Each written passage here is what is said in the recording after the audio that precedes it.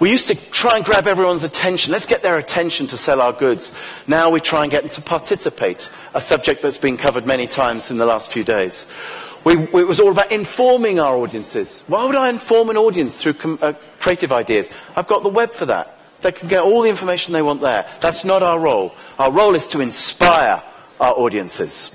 Inspire our audiences. We used to interrupt. Now, of course, we interact. We went from engagement to interaction. Two-way communication. The ROI, says the finance director. What is the ROI? What's going to happen? You know what? I don't know what's going to happen. News just in. I don't know. What I do know or believe is the ROI is the return on involvement. If I can involve my audiences in my ideas, I know that will return in some commercial form or other. I just cannot be precise in what. And anyone who pretends they can is pulling a massive card trick on you. We are not in control. We're not pumping markets. We're creating movements. Right? We're creating movements with our people, our audiences. We're mobilizing them, if you like, to get behind our ideas. And our ideas, we basically, before we put them out, we ask three killer questions. The first is, do I want to see it again? And let's be honest, at least 90% of what we see, we never want to see again. And I think 90% is a very generous number. It really, honestly, it's amazing to me what we allow to go on air in the spirit of due diligence and strategy. Second question, do I want to share it? Chris Thomas from BBDO yesterday used the natty little phrase, if they won't share it, don't air it. If they won't share it, don't air it. Fine, we know, we get the point. Do they want to share it? Because if they do, my return on involvement is just going up a little bit. And thirdly, actually, do I want to improve it? Do I really want to engage with this idea and try it with a new soundtrack, or try re-edit it, or mash it up a bit and send it on to my friends? Think about our creative audiences. I am creative. There is a river flowing now very fast. It is so great and swift that there are those who will be afraid. They will try to hold on to the shore. They will feel they are being torn apart, and they will suffer greatly.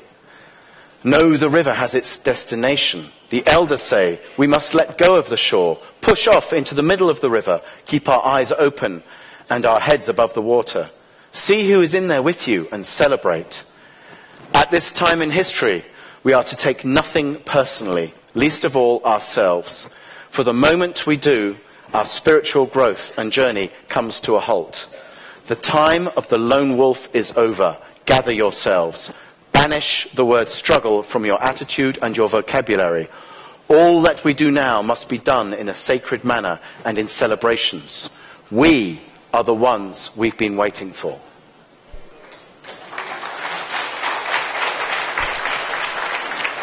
We are the ones we've been waiting for. We in this room. We can't wait for the politicians, and we certainly can't wait for the banks. We are the ones we've been waiting for. In my humble opinion. I mean, that's a positive view. Even the economists are recognizing the need for leaders to inspire hope and optimism for some real leadership.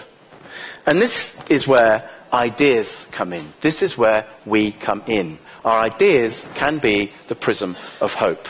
In the agency world, I get people coming back and they say things like this. They say, oh, we had a great meeting. We had a great meeting. We presented a really big idea. Really? That's interesting, because Alexander the Great, now he was great. The Great Wall of China is a great wall. What an extraordinary wall. It's called the Great Wall of China because you can see it from space. And your meeting with the detergent brand, washing whiter, that was a great meeting, was it? Big ideas, honestly. Ideas are not born big. Every idea in that first meeting is a tiny, tiny, brittle thing. It's like an injured baby bird. You can kill it like that. Any moron can kill an idea. Any moron, agency side, anyone. Anyone can kill an idea. It's the easiest thing in the world. The real skill is to see a value in an idea and together to nurture it and build it from this very vulnerable thing to an indestructible cannonball, if you like.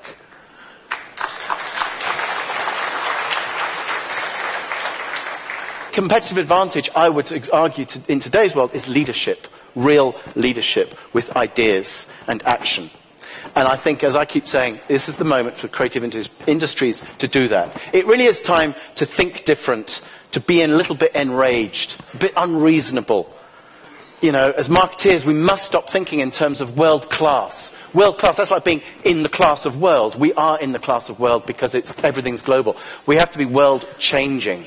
Surely is a higher order ambition, world changing. I think it's important to remember to appeal to the heart. You know, to be a bit enraged, a bit unreasonable. Having a dream is good. John F. Kennedy had a dream to get man to the moon.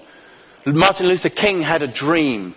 Nelson Mandela has a dream. Steve Jobs had a dream. What's your dream? What is your dream? Have a dream. They're so much more powerful than business plans. And have ideas that dare to move people. Ideas that dare to move people. Because if nothing else, our children will be proud.